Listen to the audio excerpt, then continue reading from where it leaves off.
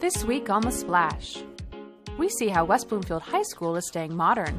Then we visit the Orchard Lake Road ribbon cutting. And later, we take a closer look at some Nutcracker history. The Splash is a production of Civic Center TV. We're a news magazine that covers everything from local news to feature stories, all so that we can bring you the latest from the greater West Bloomfield area. And now, let's dive into The Splash.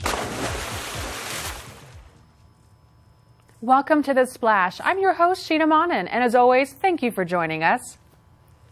Staying up to date in an ever-changing world is a challenge for many of us. West Bloomfield High School has successfully made the switch in a very comfortable way.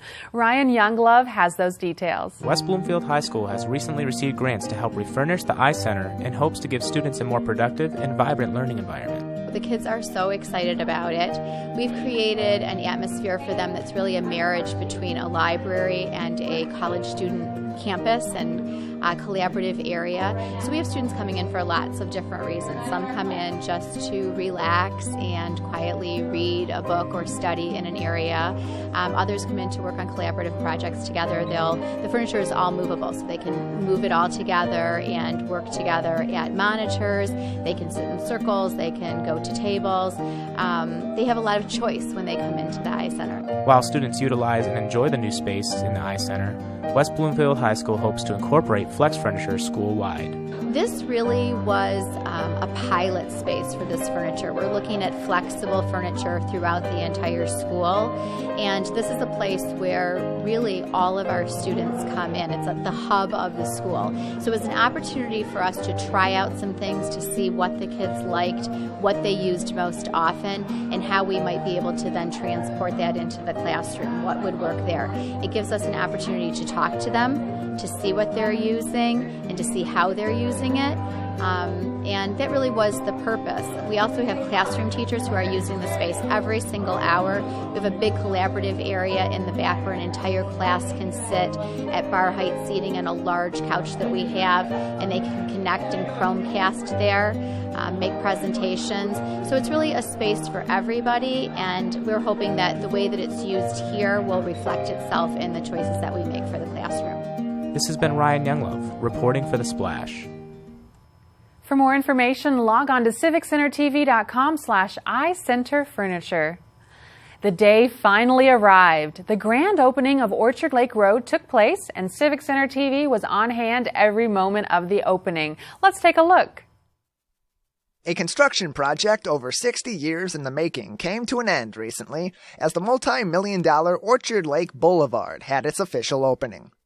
Construction to convert Orchard Lake from a 5-lane road into a divided 4-lane boulevard began in mid-June, with crews from the Road Commission for Oakland County working diligently throughout the summer and fall months to modify the existing road between Northwestern Highway and just south of Maple Road in West Bloomfield. To many residents, businesses, and commuters, it was a project that seemed to last forever.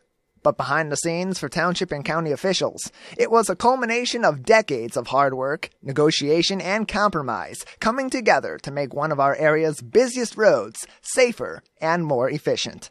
Members of the community, including residents, West Bloomfield Township, and Road Commission for Oakland County officials, and our very own 89.3 WBLD, the all-new Lakes FM, came together recently to celebrate a milestone in greater West Bloomfield history. An example of our local businesses, government, and residents coming together to make a better West Bloomfield for our future generations, and to begin a new era on Orchard Lake Boulevard.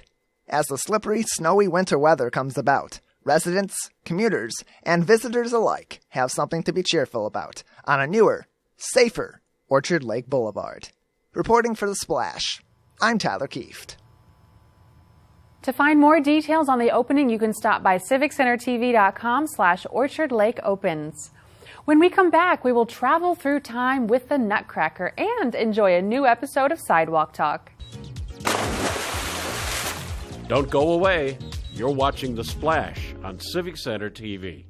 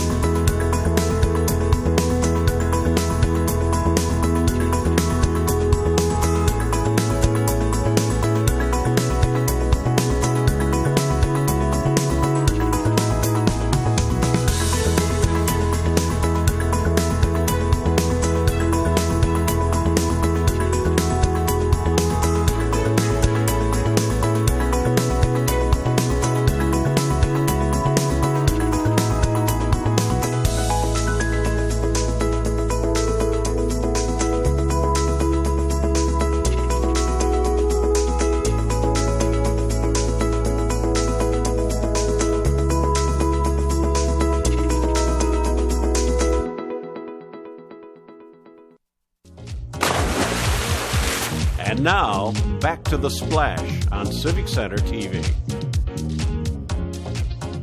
Welcome back to The Splash. I'm your host, Sheena Monnin. Collecting and displaying important pieces of history is one thing our local historical society specializes in. We sent reporter Lawrence Nyland to do some exploring. It's hard to find a traditional holiday display that doesn't feature at least one Nutcracker. But what is the origin of the Nutcracker?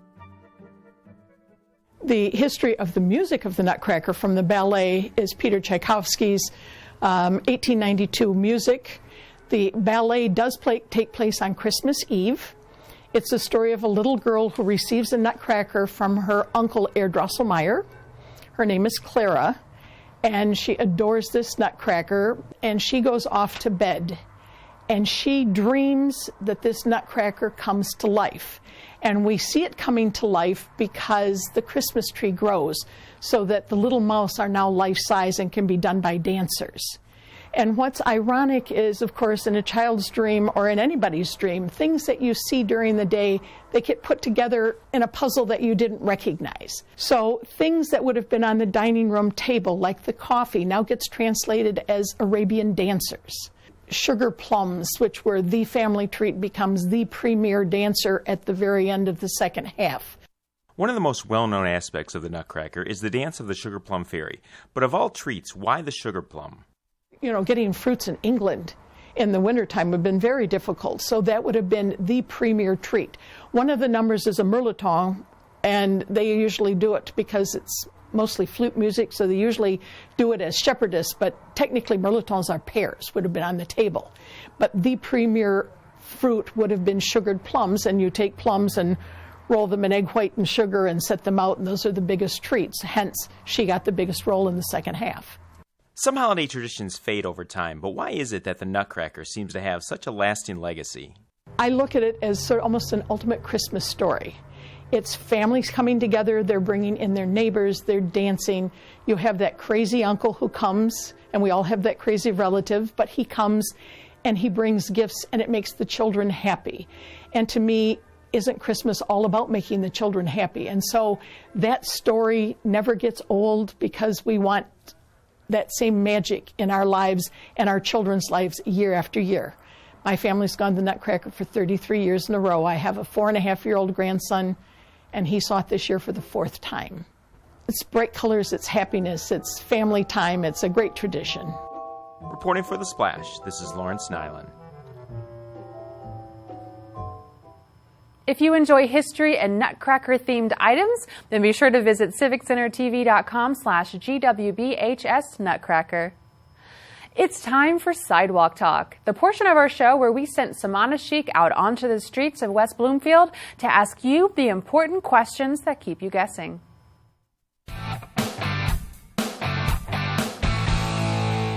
My favorite Christmas carol is the Mean Girls version of Jingle Bell Rock. West Bloomfield, what's yours?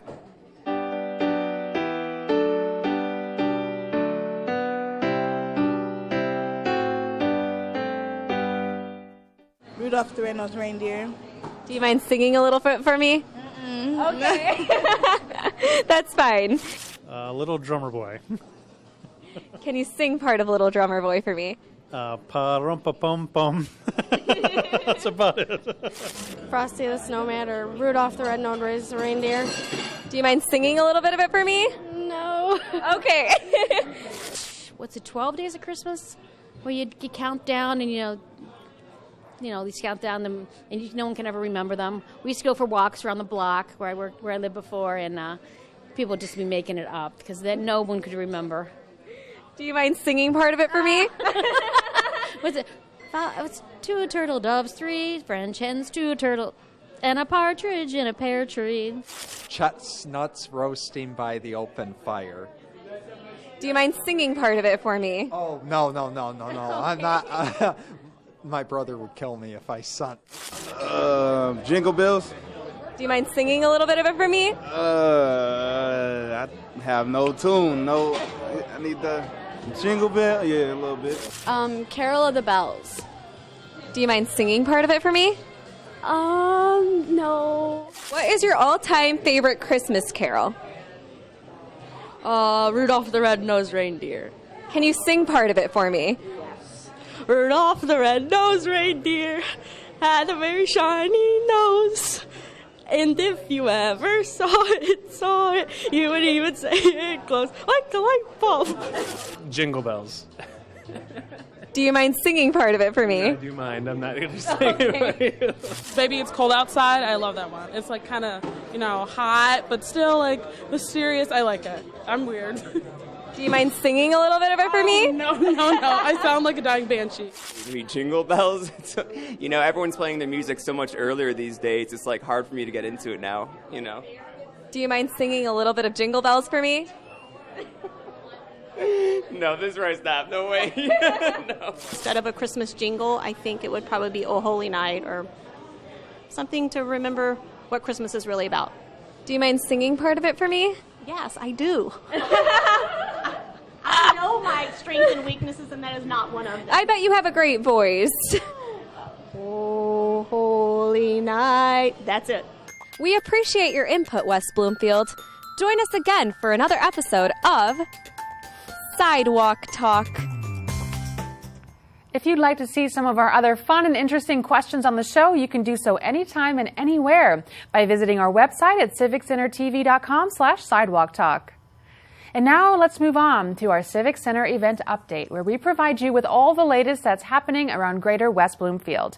And if you'd like to stay up to date on all of the following current events yourself, you can visit civiccentertv.com/events. Let's get started.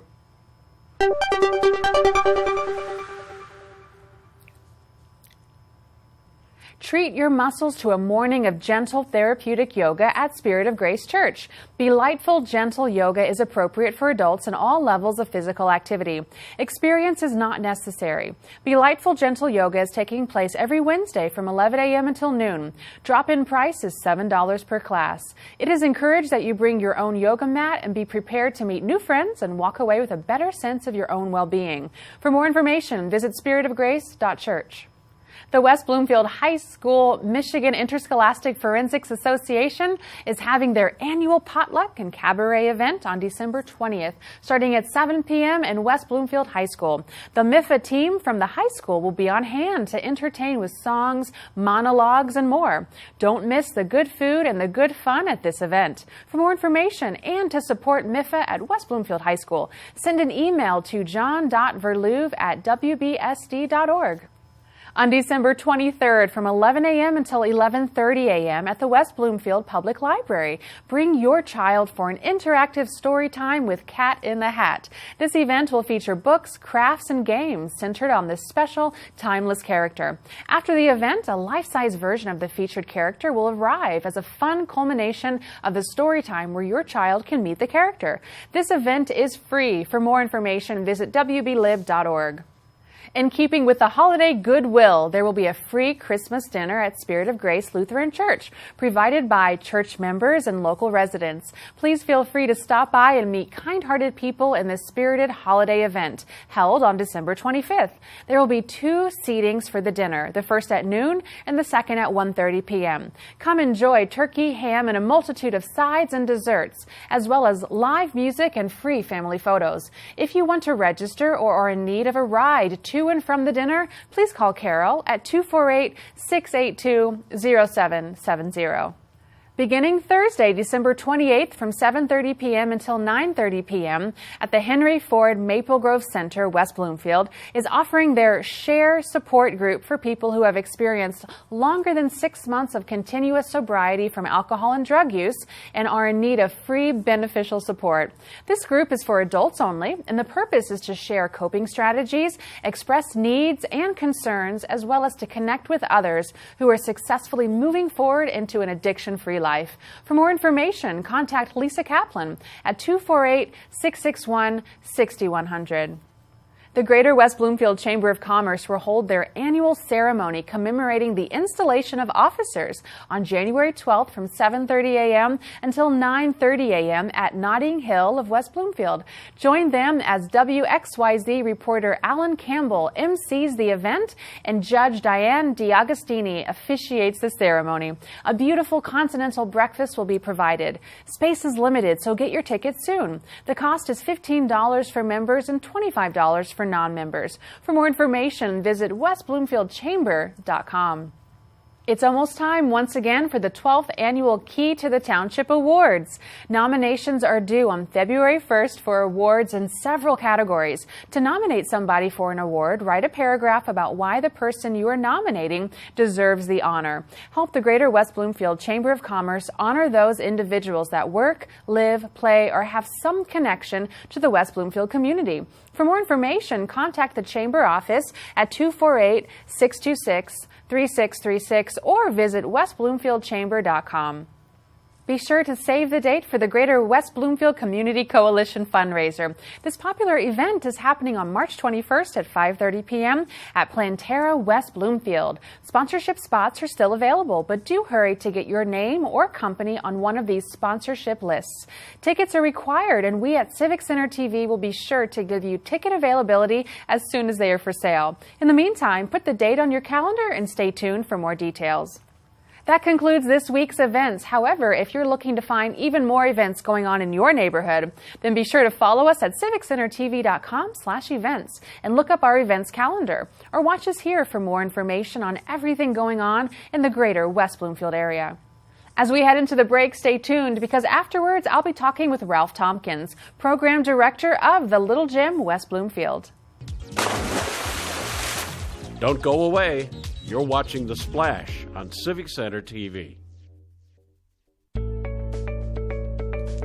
Civic Center TV is your home for everything Greater West Bloomfield. Here you can tune into community programming such as our weekly news magazine show, The Splash, as well as coverage of local events and meetings in Keego Harbor, Sylvan Lake, Orchard Lake, and West Bloomfield. You can also watch all of your local programming online anytime at civiccentertv.com. Civic Center TV, television that's close to home. Civic Center TV has gone social. Now it's easier than ever to watch, save, like, and share our videos online. See what's happening in your neighborhood, on the streets, and on the web at civiccentertv.com. Be a part of the conversation and get involved. We would love to hear from you. For links to our social media pages, visit us at our website or find us on Facebook, Twitter, and YouTube. Civic Center TV, television that's close to home.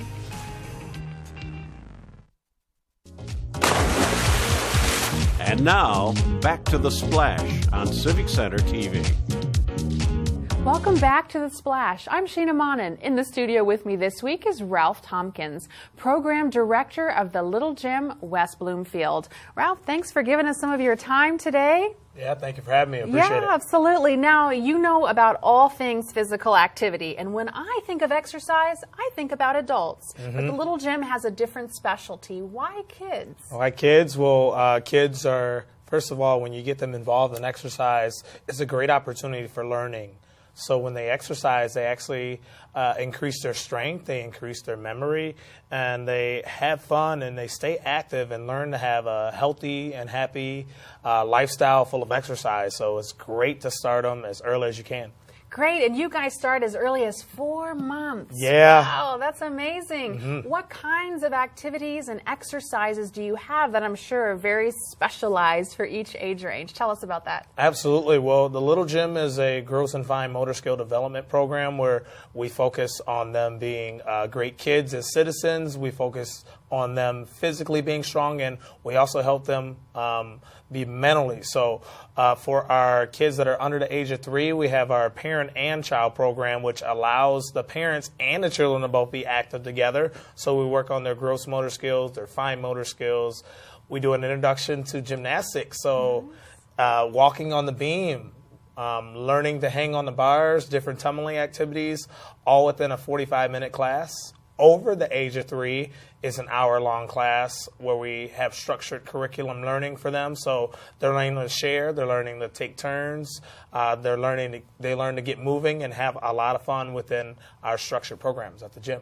Wow, that's amazing. I love the parent and child interaction. That's a really nice touch there. Yes. So it's great for parents to have exercise too. Oh, it's very important. Yeah, so when we think about exercise now with kids, what type of a foundation is that building long term for them into the future? Yeah, so when you start kids early with exercise, they get comfortable. So like inside the little gym, when you start a kid at the age of 4 months, what you're doing, their brain is growing and their body is growing. So what you're doing is you're making them feel extremely comfortable within the gym. So when they get older, wherever they go, whether it's the gym or somewhere else, they're already comfortable because they've been in an environment where they're able to learn and grow and develop at their own pace, which makes them comfortable. So long term, since they can remember, like, hey, when I was 1 or 2 or 3 or 4, I started at a place like the little gym, and now when it comes to being involved in sports and other programs outside, it's not a foreign concept to them. Mm-hmm. They've already started early, so that's why it's extremely important to get them inside of a place like the little gym so they feel comfortable in moving and interacting and learning from instructors that only helps them when they're in school. Yeah, I'd imagine normalizing the concept of exercise is really important, and having a positive connection or correlation there so that when we think exercise as adults, we don't go, oh, I don't want to do this. It's Exactly. like, no, I had a great experience from the time I was little. No, that's fantastic. Yes. I love that. I would imagine it helps them with their work ethic, in addition to their health. I would imagine creating psychological space, all of this cool stuff. It's amazing with starting kids young how important that is. Now, for those watching, let's just say, like, we're all adults and we're watching and we're like, oh, I didn't get that foundation. Is it a good thing to start no matter what age you are, just dive into it and get going? Absolutely. I mean, it's always, once you get started, I always like to say it's not about when you start, it's about how you finish.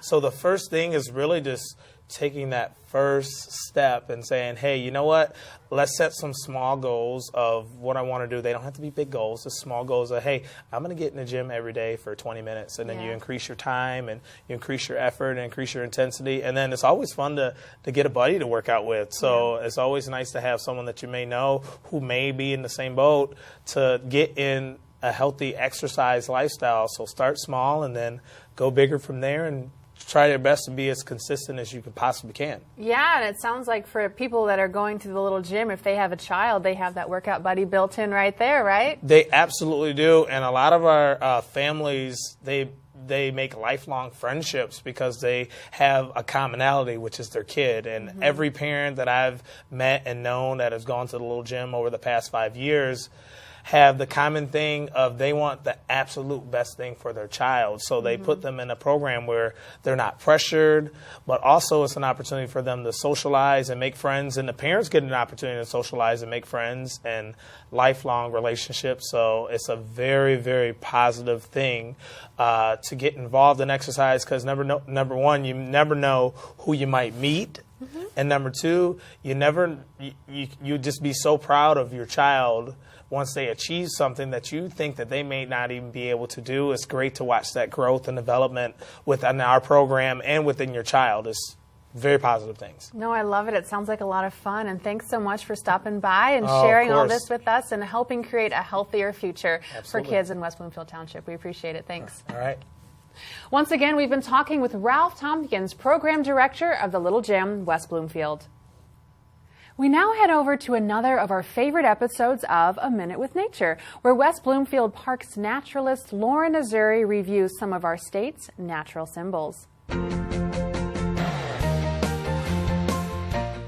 Hello and welcome to Minute with Nature. I'm your host, Lauren Azuri, the park naturalist for West Bloomfield Parks. And today we're here inside our nature room talking about the state symbols of Michigan. Lots of state symbols were established early in the 1900s, and one of those was our state bird, the robin. It's a very common bird here in the state of Michigan and can be easily seen and watched. They're a fun bird to watch because they do eat lots of worms, and they can eat up to 14 feet of worms in a day. That's a lot of worms for one little bird. Another way to figure out where robins are at, if you want to see them or view them, you can look for their nest in the early spring. Robin nests are pretty abundant here in our area. Different birds use different materials to build their nest. The robin uses a mud base. So you'll notice a nest that has this thick mud, and then lots of grasses on the inside and surrounding it on the outside. Sometimes they'll even use string and yarn and things from other people. This one even has like a little trash bag put into it, as well as some birch bark. But for the most part, it's a mud base with the grasses put on the inside. Also, those beautiful blue eggs that they lay in there in the early spring is an identifier as well. The state reptile of Michigan is the painted turtle. The painted turtle became our state reptile in 1995. When a 5th grade class realized we didn't have one, they passed a bill for the painted turtle to become our state turtle. They're an aquatic turtle, can be found mostly by water, and usually sunning themselves on logs. The reason they get their name painted turtle is because they have this beautiful shell. This is the shell from a painted turtle. You can notice along the edges there's a lot of detail and patterning that's on their shell, and that's a big identifier for the painted turtle. The state tree of Michigan is our white pine tree.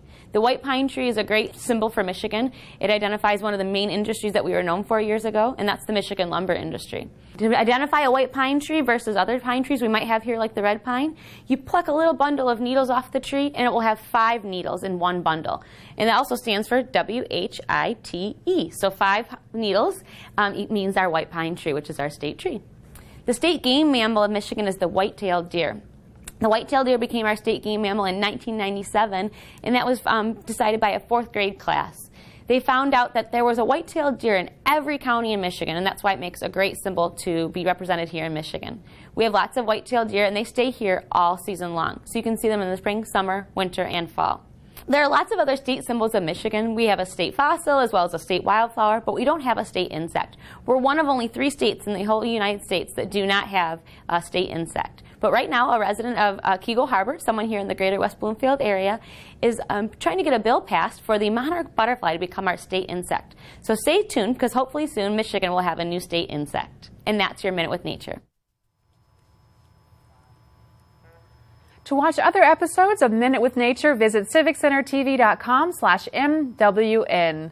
Moving on to our final segment on The Splash, called Person of the Week, where we recognize those within the community who are either inspiring or providing toward others. This week's recipient is Avani Semendor, West Bloomfield Township's first student trustee.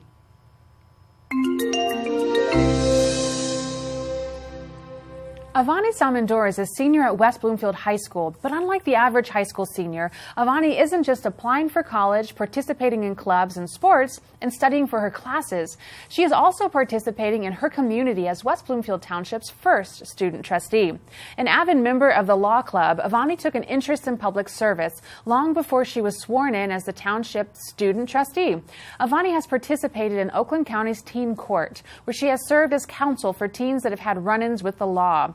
Avani is using what she has learned in the classroom and her natural care for what goes on in her hometown to make a positive difference in West Bloomfield and inspire other students to participate in their community.